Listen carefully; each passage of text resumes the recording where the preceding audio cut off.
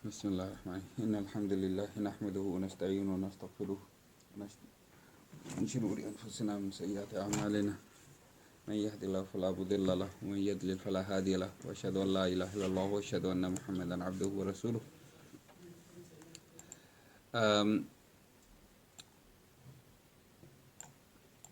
We'll just bring up the slides which we were using, and inshallah we'll give a couple of minutes for the other brothers to arrive as well.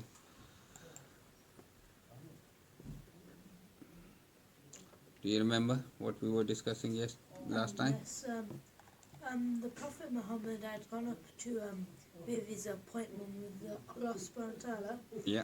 After he goes down, but he meets with Prophet Musa alayhi salam, Yeah. and he asks him, Musa alayhi salam asks him to go ask Allah to reduce the number of salah. Mm-hmm. And he keeps on telling him to do that until goes to 5. Yeah. And he says, fine. No, but then I think Musa alayhi salam said, even my own, even your imam will not be able to do that much because Your ummah will not. Yeah, sure. because he speaks from his experience of his own, and so he says reduce it once more, and then he goes to 1. Yeah. But now we do 5 salah, obviously. If he went to 1, then how did it get back to 5? Mm-hmm. If he went to 1, how did it get back to 5? It didn't start with 1, it started with 50. No, like from 5 to 1. Wait, did it go from 5 to 1? Like 10? No, it went from 50 to 5. So it didn't go any lower than that? No. Oh. So yeah, we will just do a very quick recap of Isra wal mai'raj because we are almost finished. So Prophet ﷺ was taken. So first of all, when did Isra wal mai'raj happen? There are multiple different opinions on it. I think it's Imam Tabari who said in his book it's the first year of Dawah. So on the same year when he received the Wahi, he went for mai'raj. So that's one opinion. The second opinion is 5th year of Dawah. Then there are other opinions, 10th year of Dawah, 11th year of Dawah, 12th year of Dawah, 13th year of Dawah. So there are these different opinions which are there.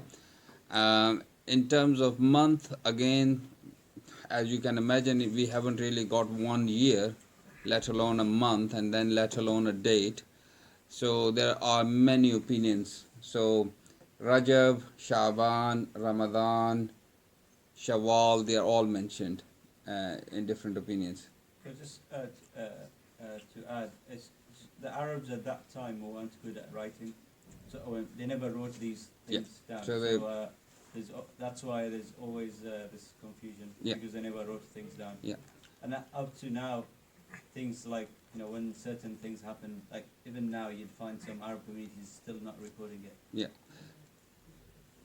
Wasn't it that whenever there was a holy month and it didn't, the Quraysh didn't like it, so they wanted to fight on that month, they would move the month to They would move time. around So the months.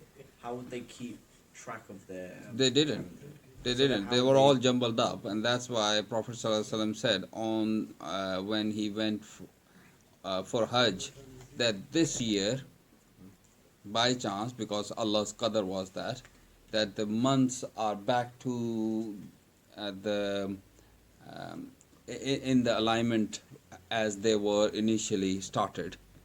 So now nobody is allowed to change the months anymore. Then how would they keep track of the days? That's what I'm saying. There was no track, so they were all jumbled up because they keep on changing the months. Lunar, isn't it? No, so wasn't it a thing where they would use like major events to keep track? So like 2 years after the year of the yeah. Exodus, So something like that. that's the 12 months. They will keep the year as a 12-month year, but they won't be able to really know which month is this now. So, and the other important thing was that there was no calendar at that time. So the calendar, the Hijri calendar, started way after even the Prophet ﷺ passed away. So in the time of Umar radiallahu ta'ala anhu. So that's why it was difficult to have a proper date. So we don't have a date, we don't have a month. There's a lot of differences in the year. There's one hadith which is an authentic hadith from Aisha radiallahu anhu that the salah was made fard after Khadija passed away, and we know that the Khadija radiallahu anhu passed away in the 10th year of Dawah. So that kind of gives us that it was definitely after the 10th year of Dawah, and it happened before the Hijrah. So between 10 and 13. So but majority kind of says that it's the 10th year of Dawah when it happened. Doesn't the majority also say it's in Ramadan as well? No. Okay. So it's I not was in told Ramadan. it's in Ramadan. No, it's not in Ramadan. Are you talking about Laylatul Qadr now? No, Laylatul Qadr is in Ramadan. No. The most famous date nowadays is 15th of Sha'ban. I don't know where it's come from, but there's no authentic narration to say that it's 15th of Sha'ban. There's no authenticity to any of it really, as in the date and the month. Yeah, so there's different opinions, but we can disregard more extreme opinions of the first year of Dawah and the 5th year of Dawah because of that one authentic hadith that mai'raj or the salah was legislated when Khadija has already died. So that's the hadith of Aisha. So then we can take away the more extreme opinions like the first year and the 5th year of Dawah. So we know it happened after the 10th year of Dawah and it happened before the Hijrah. So 10th, 11th, 12th, 13th. These are the opinions which we can go for. 10th seems to be the most famous or most agreed upon date. 10th year of Dawah. As for the date and the month, no idea. So there is no clear kind of majorities which says that this is the date and this is the month.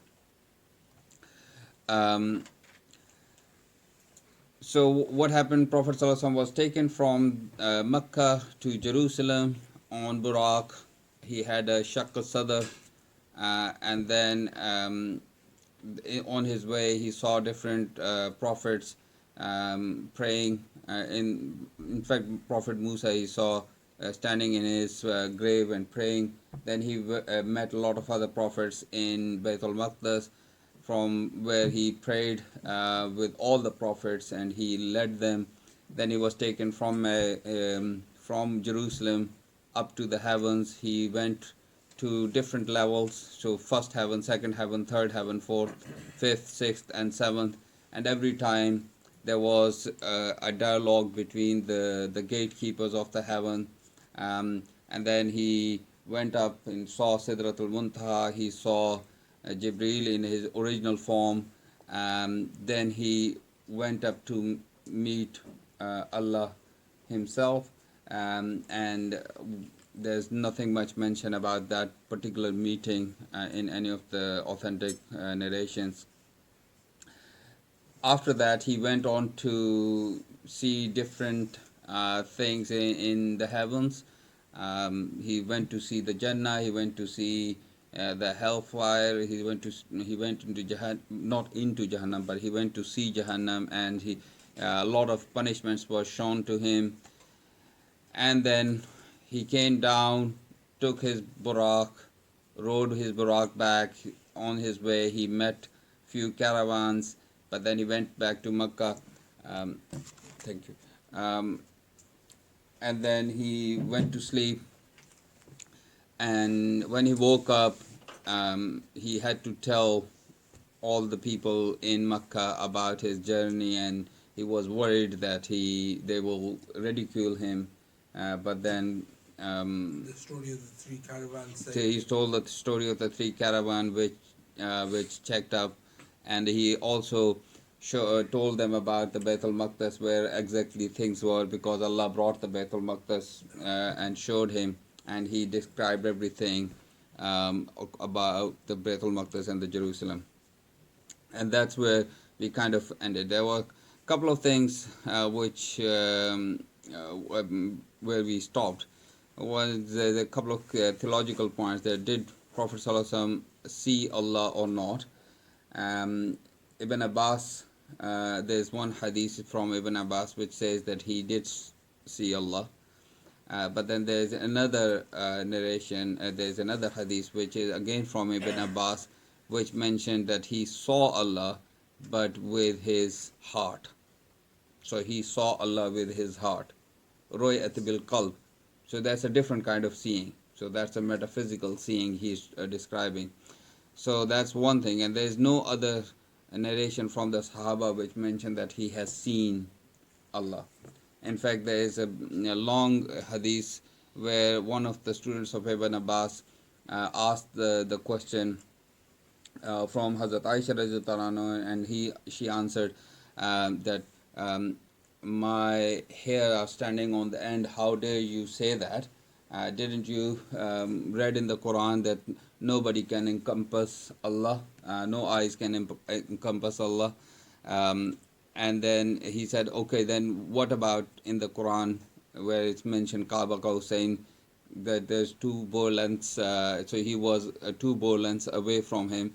And Hazrat Aisha radhiyallahu anha answered that I was the first one to ask the Prophet ﷺ about this, and it is about Jibreel.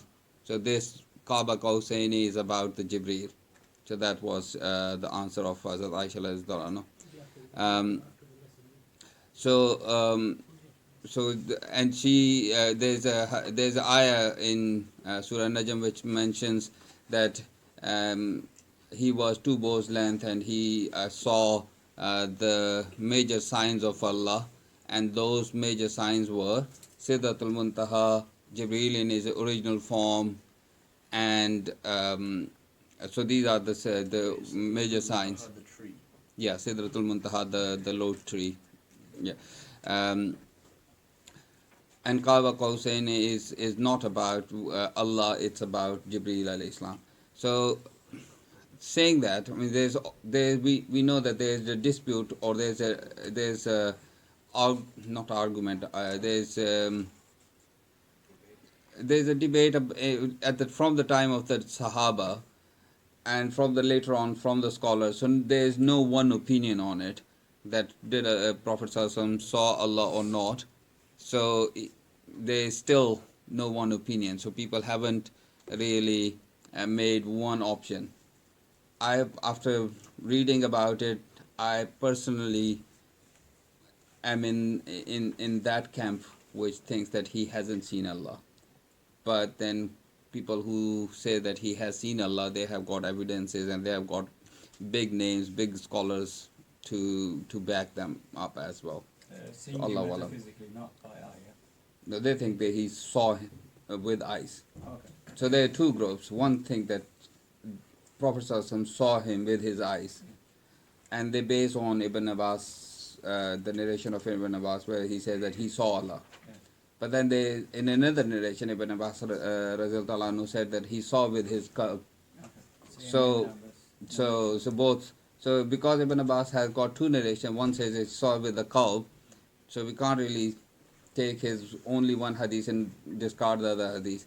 All the other Sahaba didn't say anything about seeing. In fact, there is a very strong hadith of Hazrat Aisha radhiyallahu anha which goes against it. Where does this saying that he saw Allah subhanahu wa ta'ala behind the veil? Yeah, so there's other narrations which says, in one narration he says, one of the Sahabas asked Prophet ﷺ, "O Prophet ﷺ, did you see Allah?" So can't be any more direct than that. And he said, there was light. How could I have seen him? So that was his answer. Yeah. So Because when Musa alayhi salam saw a little portion of Allah subhanahu wa ta'ala, he passed. didn't that. even saw the portion. He actually he saw the mountain where Allah put Oh, the yeah. tajalli, Yeah. and but that's the different thing. Wait, So even if he did see him, what would he see? Because he doesn't really. he saw a light. He saw a light, and it said that Allah has a veil of light.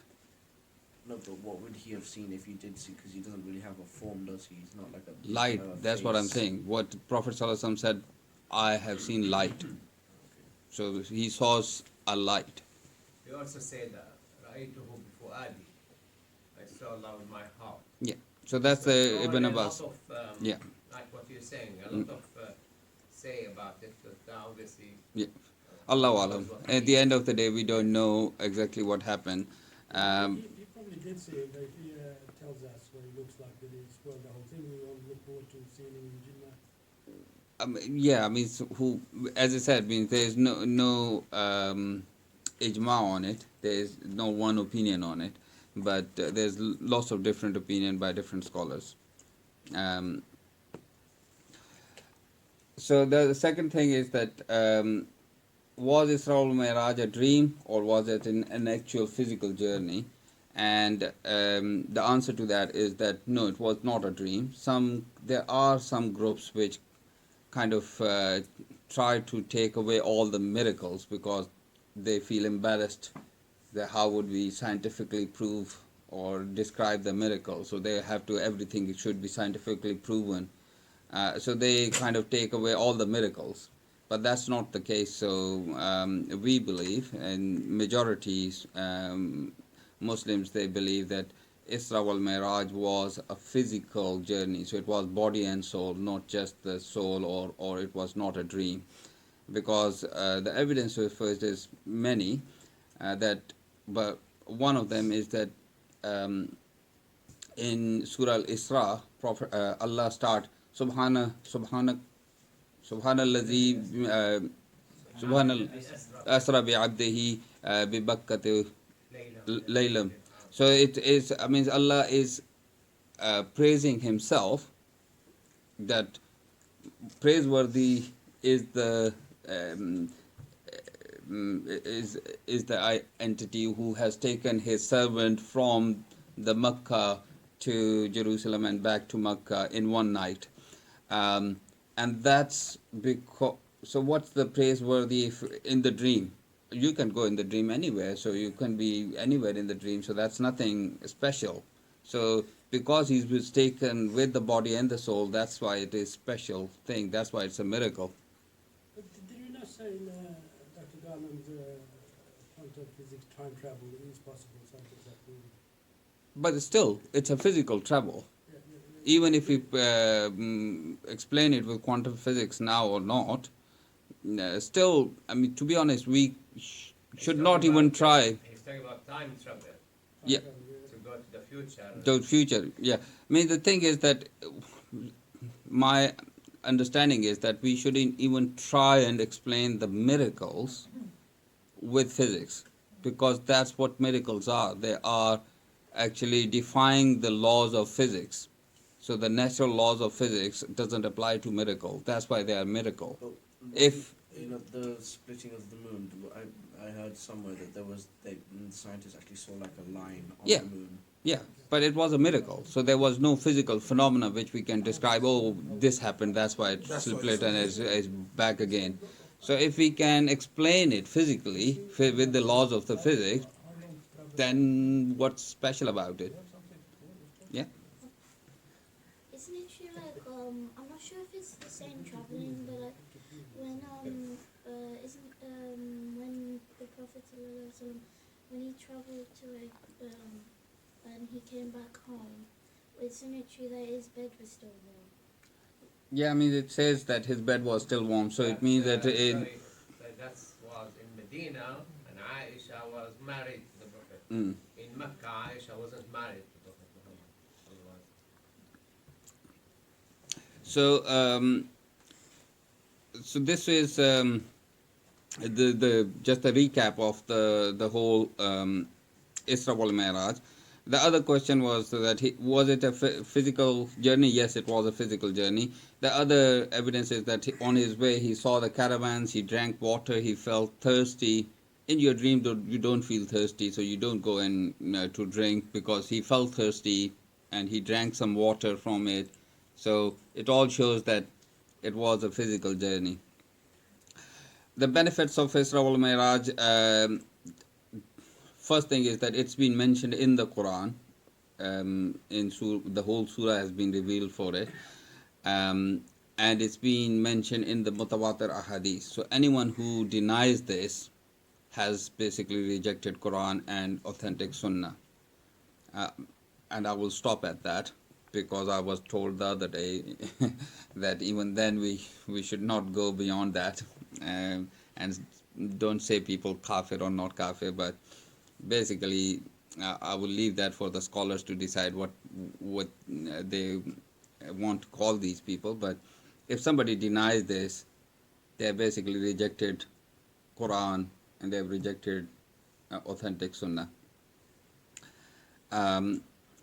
The primary wisdom of Isra wal Mai'raj, it was to show Prophet ﷺ the signs of Allah and his own status, that where he is and all the hardships he has went through. That's why he was shown the high status he has got.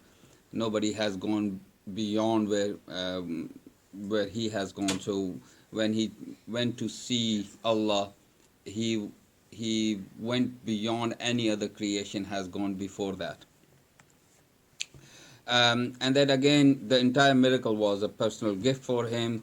This miracle was a gift as he's just gone through the great sadness. He had been Amul Huzn, so where he lost his uncle, his wife, and they had he went to Taif, and there was quite a bad experience in the Taif as well. So he had that really bad experience. So he, from the lowest of the low, he was taken to the highest of the high with this miracle. Ibn Kathir have mentioned that if this whole journey, this miracle, if somebody has seen a fraction of it, he would have gone mad, he would have gone insane. But Prophet ﷺ saw all of that, and in the Quran it says that his eyes never deviated, never tagha, so they didn't go beyond, so they took it all in. It shows that the humanity of Prophet ﷺ, because when he came back, he was sleeping and he woke up, and the hadith says that I felt real anxiety. I felt a lot of anxiety that how would I tell the people? So that shows his humanity, that he's not making it up. He's experienced something which he finds difficult to explain to the people, and he feels anxiety, he feels the fear, he feels a little bit scared that how would I tell people will ridicule me. And it also again shows that we can't distort the message of Islam, because he was worried how would I explain it to people, but he did actually tell them without even with the possibility that they will ridicule him, he still told them how it happened without changing anything, without making it more palatable. So that's our duty as well. So we can't distort the message of Islam. We have to tell it as it is. So we can't sugarcoat our religion. If somebody likes it or doesn't like it, it's up to them. We can't sugarcoat Islam. But saying that, we can't use it unjustly as well, as some groups do. So we have to tell as it is. But when you're telling it to someone else, when you're constantly telling that person Islam is right, will the person that he was trying to tell to get the punishment, or will the person who was sugarcoating get the punishment? Because you can't sugarcoat, because if you are not telling Islam properly and people don't understand it, then it's your fault. Who's giving the dawah? It's the fault of the da'i. Wait, there's these people who call themselves I think liberal Muslims. Would you call them Muslims, or are they just another group? It's a controversial topic, and I don't think we need to discuss that. And that's what I was saying, that the scholars have told us not to go to the level where you start saying people somebody is Muslim or not, because it's not our job. It's leave it to Allah. Allah will decide if somebody is Muslim or not Muslim. It's not our job to do that. What we can do is to talk in general terms, that what makes you a Muslim and what doesn't what takes you out of the fold of Yeah, Islam. there are groups like the Ahmadis that are out of the fold. Yeah. So that's already decided, established. So that's a different so thing. that's different. Because it's already established, and Yeah. it's not us who have done it. It's the council of the scholars who have done it. So that's already done. It also shows we don't distort. Yeah, we've done that. The permissibility of using the physical proofs.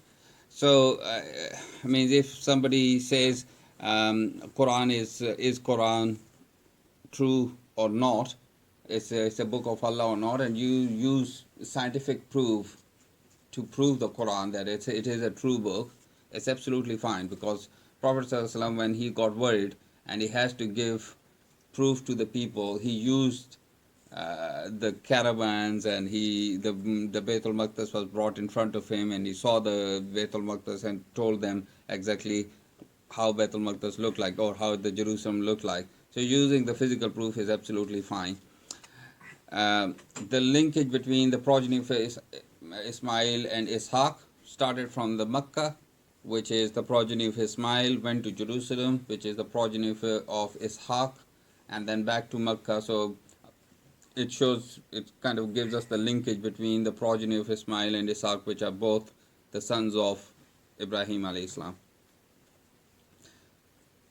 Is the city of Jerusalem, one of the main reasons it's important for Muslims is this reason, or is it because of Masjid al-Aqsa?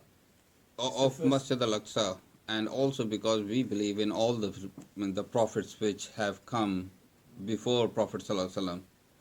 So the whole Bani Israel and Bani Ishaq, all the prophets of Bani Israel, we believe in them. They are our prophets. And if we don't believe even one of them, we can't be Muslim. We have to believe in them to be Muslim. It is the first Qibla, so that's why it's And it's a first Qibla for us as well. So that's another added thing. But we believe in it. So it's our, because we believe in all those prophets. The Baitul Maqdis is as much ours as Jews and Christians, because they are our prophets as well. It's them who don't accept the Prophet sallallahu alaihi wasallam. For us, we accept them. In fact, we accept them to a level, if we don't believe in them, we can't call ourselves Muslims. That's our part of our Iman. Call ourselves believers. What did I say? Yes. They said Muslims. We call ourselves Muslims, yeah. We can't call ourselves Muslim, because it's the 6 articles of the faith. Faith, yeah. One of them is the Prophet. So if we don't believe in even one of them, we are out of the fold of Islam. From my experience with the Jewish community, they don't even take Musa as important. Yeah. They take the sons Yaqub, of Israel as yeah. important. And they say they are Sha'bullah al-Mukhtar, Mm. they are the chosen nations Mm. among mankind. Yeah. So they consider themselves as the Chosen one. nations, and they have all the right to claim whatever they want to Yeah. claim. So they were promised that promised land. Yeah. But regardless whether if we say, even if Musa say, alayhi salam, that belongs to the Muslims, they will reject Musa. Yeah. I don't know. I know one shouldn't belittle their way of praying in that, but it's when you witnessed it there. When I've seen the wall close by, and all you see is small pieces of paper stuck in the little holes people are put in and things like that, and there are 2 parts to it. There's one part where most of them are encouraged to go. There is a small rebellious group to go further up on the right hand side, and one of our companions, she went on the other side and she wanted us to go there. She said this is not good, and we were advised not to go that side. She said there are more kind of sympathetic to Palestinians as well, the ones who go on the right hand side. But it's just that when you're at the top, when you see Masjid al-Aqsa and Baitul Maqdis, it's the Dome of the Rock. I mean, it's just Haram Sharif itself. Yeah. Is that is own barakah, the Yeah. aura, and you feel it, you know. But you don't get the same thing when you are. I know, you know, I'm not a sort of, I'm a Muslim, so obviously I will bias, but you know, all you see about 50 odd young men with guns everywhere and jumping up and down, and people going to the wall and coming back. At the Wailing Wall, you mean? At the Wailing Wall, yeah. So because we know and we that is the first Qibla and everything, and like we get the same feeling when we go to Haram, when we go to Kaaba, when we go to the Roda and all of those. So it's the same feeling. I've not been lucky enough to go to Bethel Maqdis myself, but inshallah one day Allah will take me there. But I'm sure that when we go there, you will have the same feeling, the same spiritual feeling as the other, because these are the three holy mosques, the holy sites, should we say. So the only holy sites where you can visit, which you can visit for religious reasons, are Makkah, Medina, or not even the Makkah, Medina. It's Baitul Haram, Baitul Masjid Nabwi, and Baitul Maqdis. So these three mosques, you cannot visit any other place for religious reasons.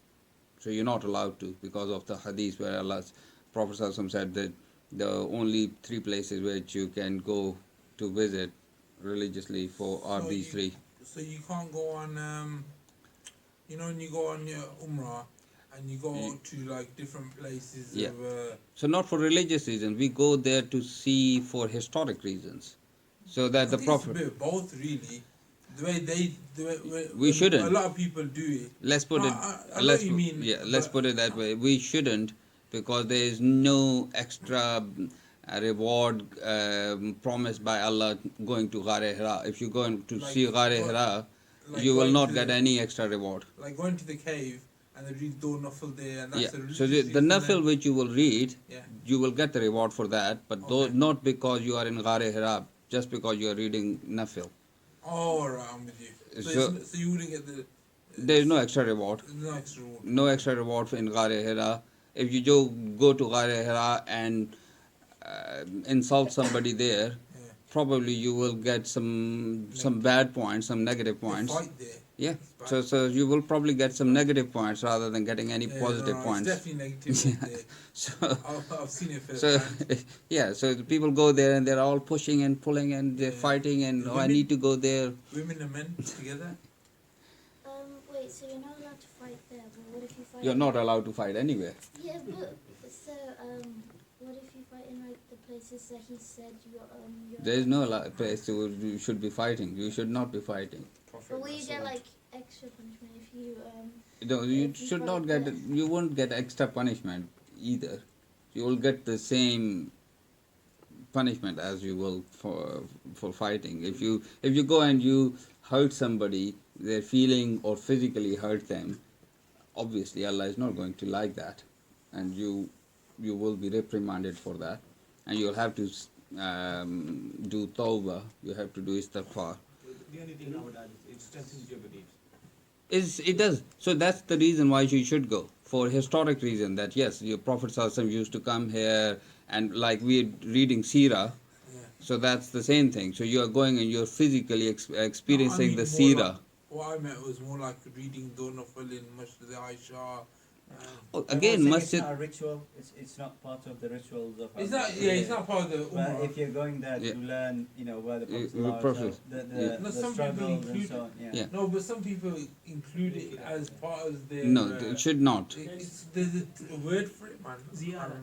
Ziyarah, that's Yeah, it. Ziyarah basically means to visit. That is the meaning of No, but ziyarah. they add in. Yeah, that's part of the experience package, isn't it? Yeah. Like, you can't just go there, Trying to They- entice you. that's No, that means the word ziyarah in Yeah. Arabic means to visit. No, but people take it over the top though. I know. That's what I'm trying to They- explain, they that sell we should. things there, like, Yeah. and they make No, it. that's what I'm trying to explain here. That's not the case. Yeah, that's It's not No, Islamic. no, I understand where you're Yeah, coming from, ziyarah basically means to visit someplace, so to go and visit, and so that's what ziyarah means, and that's what our intention should be. That we are going for the ziyarah to visit those places Yeah. because Prophet ﷺ went there, and we And want to significant see and events happen significant there. happen. So it's the practical experience of the Seerah, Yeah. what we are doing in reading. but there is no blessing, no reward attached to it. Okay. Okay. Wait, you said before that it's not allowed to fight. Didn't the Prophet wrestle? Wrestling is sunnah. Wait, what? Wrestling is sunnah. I never heard this Are you somewhere. talking about Muhammad Ali? Wrestling is I'm not sunnah. talking about wrestling as a sport. I'm talking about Wrestling. fighting with Are you somebody. talking about Muhammad Ali? No, Like, he's a boxer. What do you Okay. want? We'll talk about it later. Let me just quickly finish this. We're going way off topic. Come back. Okay. All right. Let's come back. The companions of the companionship of all the prophets, Prophet ﷺ experienced that as well. The status of Salah, wherever he was going and wherever he was visiting, all the prophets, what were they doing? They were standing and praying, and the only part of the five pillars of Islam which Allah gave by bringing the Prophet ﷺ to him is the Salah. And there is a hadith which says that if you, the first thing you are going to be asked on the Day of Judgment is about Salah. If you pass that, you are pretty much guaranteed that you will pass the rest of it. If you fail that, then you will most likely fail the rest of your test as well. So the status of Salah, to an extent where some of the scholars have actually had a very strong position about it, that if you don't read Salah, you're out of the fold of Islam. Even that's kind of strong position they have taken as well. But there's the I mean to say is that it's very important to continue to have Salah in your daily life, and reading 5 times a day is very important. And the superiority of our ummah.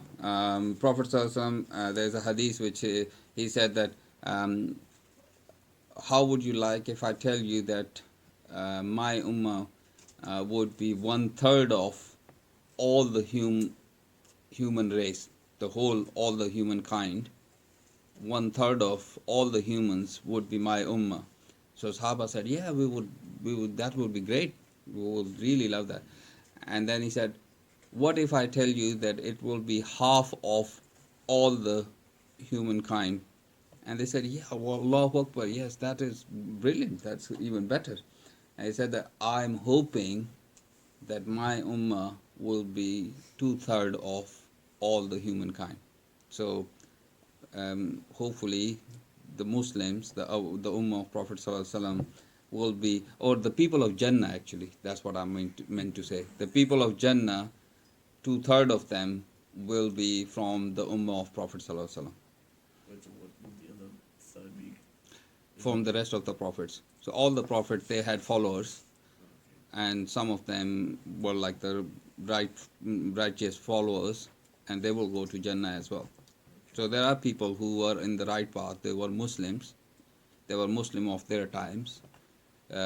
Like Ibrahim alayhi salam had some followers, Nuh had some followers, Musa alayhi salam had followers, Isa alayhi salam had followers. All of these prophets had some followers. Okay, so with this we have finally finished Isra wal Mai'raj. Took us four lectures, four sessions, but inshallah we have finished it.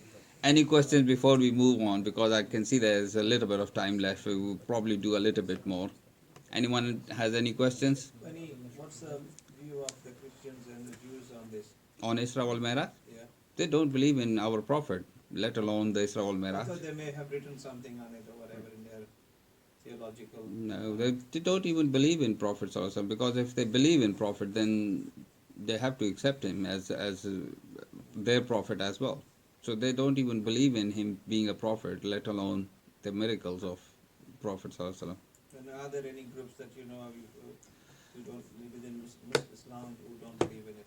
In Isra wal Mai'raj? Yeah. Yes. There are. Mu'tazila were the ones which were actually trying to avoid all the miracles. So there are groups which try to explain all the miracles, and they don't really believe in miracles. Shias believe in it.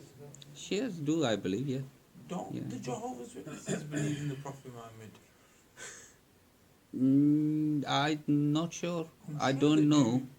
They are Christians, so if they believe in Prophet Sallallahu Alaihi Wasallam, then they have to be Muslim, because how can you not can believe in a prophet and then don't follow him? Because I've spoken to quite a few, and they always come across as believing in the Prophet Sallallahu Alaihi Wasallam. They're probably not believing in Prophet Sallallahu Alaihi Wasallam. They're probably like more true Christians, maybe you can say Maybe. that. They are like on the actual Christianity. Yeah, okay. But Wait, what? we believe in Isa alayhi salam, but that doesn't make us Christians. Yeah, We but have to, yeah, that's he's true. a prophet. Yeah, we have to believe Oh him. yeah. No, but we don't believe him to be our Son of prophet. God. Yeah. We believe him to be Oh. a prophet. Oh, Son of God. Yeah. Wait, what do Jehovah's Witnesses do? Do they just go to your house? Dawah. They're, get they're, Dawah. they're Try to Christians. convert you. They're Christians. So they are Christians. Oh, so they just Very practicing Christians, actually. They are very religious people, practicing Christians. Somebody wanted to ask, yeah. You know Prophet Muhammad sallallahu alaihi wasallam, when he went to the journey, Yeah. did he have to cross did he see Jahannam first before he went to Jannah? 'Cause, But we don't know did he have to the cross, actual Sirat- chronological Sirat al-Mustaqim? Isra. No, that would be in the day in the day of judgment. He saw He probably- Jahannam in the first heaven. He saw the Jahannam as a visitor, obviously. So he didn't go into the Jahannam. He saw Jahannam from the outside. And the Sirat Mustaqim which you are talking about is the day of judgment, when you have to cross that the bridge, and it is considered as very sharp, and even the width would be less than a hair, and it will be very sharp, and if you fell, you will basically you will fall into the hell. But that's talking about the day of judgment. So that hasn't happened yet. They say, when they said the Christian and the Jews don't believe in our prophet, is that because they don't have any references, because Islam came after? And in their text, they took their text of scripture as the final for them set in stone. Yeah, means one thing is that you have to consider that they have changed their scriptures a lot. Okay, so according to their own wishes, so they have changed their books. What Christianity, what Bibles we see now, is the one which is chosen by, I can't remember his name now, but there was a king who actually did that, called Nicene Creed. So where they collected all the books, and he liked the Pauline Christianity, which is the modern Christianity, started from St. Paul, and he kind of burned all the other books from the other Christianity, which we believe that they were the true Christians, like the monotheist Christians. When we say true Christians, what we believe to be true Christians. So he burnt all the other books, and he killed all their like the leaders, and the followers, they just fled. So that's in the Roman time, the Roman Empire, who they were pagans, and then he converted into Christianity. And because he was a pagan, so he liked the Christianity which has like the paganistic beliefs, all the Trinity and everything. So that's why he chose that. But without going into that tangent too much, Allah said that they know the Prophet ﷺ as their own kids. In the Quran it's mentioned. So they actually knew Prophet ﷺ, but especially the Jews. And from the Seerah we will come to that inshallah in the future as well, when he will move to Medina. They knew Prophet to be the true Prophet, but just because of the arrogance that how a prophet can come out of Bani Ismail, because they were expecting a prophet, and they were boasting about that it's just a matter of time, we will have a prophet and we will massacre all of you. So they will boast to the rest of the Arabs that it's just a matter of time, we are just waiting for our prophet. As soon as he will come, we will win over you and we will conquer all of you. And when the prophet did come, they rejected him because of the arrogance, because they were expecting him to come from Bani Israel, from their own progeny. But he They- came from they- Bani Ismail. All the prophets came from their side, so they would look down on the Arabs as these pagans who, Yeah. had Yeah. no, they didn't have any status to Yeah. them. So they were boasting on them, and they were just saying, "Just wait for it. We're just waiting for our prophet. He's about to come, and as soon as our prophet comes, we will conquer all of you guys," which did happen. So the prophet did come, and he did conquer everybody, but it was not the Jews who benefited from it, because from their arrogance and stubbornness that no, it has to be from Bani Israel, they just didn't reject him. They recognized Prophet Sallallahu to be prophet or to be true prophet, because in the Quran it says that they recognize you as they recognize your own sons. So what's the difference between the Old Testament and the New Testament? Old Testament is Torah. The New Testament is Bible, The new one's the Bible. The old Yeah. The one's new one in the Gospels. or the Gospels used. So they're different. Both of them called the Bible. Yeah. New and The old. old. That's what I mean. So Yeah. the old one is the old one is the original. Yeah, old The one Old Testament is the is, Torah, is the Torah. the Jewish, and Yeah. the New Testament is the Gospels. Yeah. Matthew, John, Luke, and For Yeah. the Christians.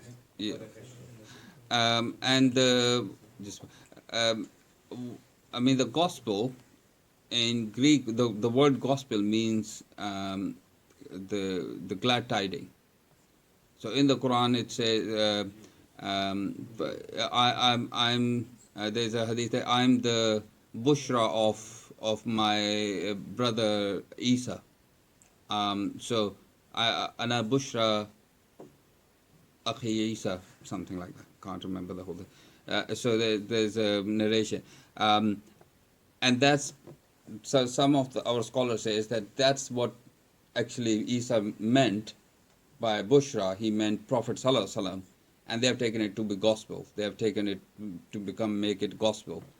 Gospel actually, the word gospel means glad tiding. But the Torah's been changed as well, hasn't it? Sorry. The Torah, the Old Testament, that's been Yeah, changed that's been as well. changed as well. Yeah, we believe that has been changed as well. So it's not the actual Ten That's not the Commandments. actual, That's not the actual the Torah which that came from. started, yeah. Yes. Isn't one of the reasons that Prophet Muhammad came from Bani Ismail is because the Bani Israel kept on killing their prophets? Yeah, it's because of the dua of Ibrahim alayhi salam. Okay. So he made a dua that to Allah that send a prophet in my this line of progeny as well, and that was the answer of Prophet Ibrahim's dua. Wait, there's a verse in the Quran. It translates to they call themselves Jews, so they're not actually Jews. They call themselves Jews. Like they're I not proper did. Jews. The ones in the time of the Prophet. No, they were the Jews. They were the Jews of the time. They were not the Jews of the actual Jews, which were believing the Prophet Musa alayhi salam at the time of Prophet Musa, But there's which we call they were the Jews. there's an English translation that says they call themselves the Jews, not the Jews.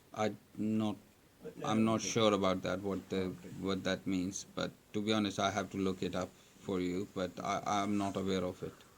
So just it's I can't remember the verse, but it's what you were saying. They were not the original. They didn't believe in the true message. So Yeah. they said. I think he also says they were saying they were Christians, and the same. I think the same verse or the next verse says they call themselves Jews, but They don't believe in the they don't proper actually- message. yeah. Yeah, I mean, And yeah, it's a- there but could I be don't something remember. like that, which I'm not sure. Yes, your question, and then the sister wants something What to year ask did me. the book of Zabur come to? David Dawood. I was going to ask, as the boy mentioned, the Psalms or the Yeah. Zabur and the Bible or Injil, as we say, because there are only two Sharias for the Jews and then for the Muslims. Yeah. Then what was the purpose Psalms are just behind, sending Zabur and Injil? Zabur was just the hymns. So it was Hymns. just They more were of they were just hymns. I don't know how to translate or another word to use. Nasheed. Yeah, they were nasheeds, like nasheeds. So Allah said nasheed for people. Yeah, and Prophet Dawood, he had a very nice voice, and that's what he was doing. He was just singing those hymns. So Zabur is just all hymns, basically. It's just the praise of Allah. So there is no Sharia. So there's just all praise. So that's all Zabur that is. Basically azkar. Azkar, yeah, you can call it Azkar, yes. That's probably the better way of, or Nasheed, something like that. Sorry? Gospel. The Gospels or the Bible is not the new Sharia, so they haven't. It hasn't abrogated the Torah, but it brought just new things without abrogating the Torah. Does it make sense? I don't think so. They brought anything. The Injil didn't bring any new things. I don't That's why I'm saying they didn't abrogate the Sharia. So it didn't abrogate the Sharia. It just brought the things which are more muamalat. So that kind of thing for the character building. So it just brought some new things without abrogating the Sharia of Musa alayhi salam. So the Sharia remained the same, but it just brought some new things. So I think there are other holy books also besides these four. There are only 4 books which we know of, which prophets have told us. Zabur, Wasn't there something for Hazrat Ibrahim? yeah, sahifas. So there are some sahifas, but no books. But what was that? Or no one knows? So there were some pamphlets like things. So sahifa, I can only translate that. Pages. Yes, few things. But we don't know anything about it. No, there's nothing kind of recorded or saved from those books. Suhuf Ibrahim, and so they're like sahifas to others. They didn't have a trace. Yeah. So there's nothing which is left of them, unfortunately. Sahaf Musa are the tablets which Yeah. given to him on the day he went to meet to talk to Allah. Ibrahim or some- No, Ibrahim, no, Musa. Musa went for the 10 Commandments. Yeah. Sorry. Wait, I just heard you said that there were like only a few books that the Prophet said there were. Does that mean there's like no other books? So like the ones that he hasn't mentioned, that means they don't exist. Or- Yeah, we only know 4. but, If there are any more, we are don't there know any of more, them. like mentioned in the Quran? or No. something? So we only know 4, and we know from Quran and Hadith. Oh, So these are the only 4 which we know of. If there are any more, we don't know about them. oh. So I can't really say for sure that no, there are no other books, because there may be. So I don't know. In the modern day, you could say that they were the original text messages. Yeah, yeah. So these are the 4 books which we know of, which Prophet Sallallahu have told us. Yeah. Okay, we will inshallah stop here. Subhanakallahumma wa bihamdik. Ashhadu an la ilaha illa anta astaghfiruka wa atubu ilayk. Inshallah, we will start from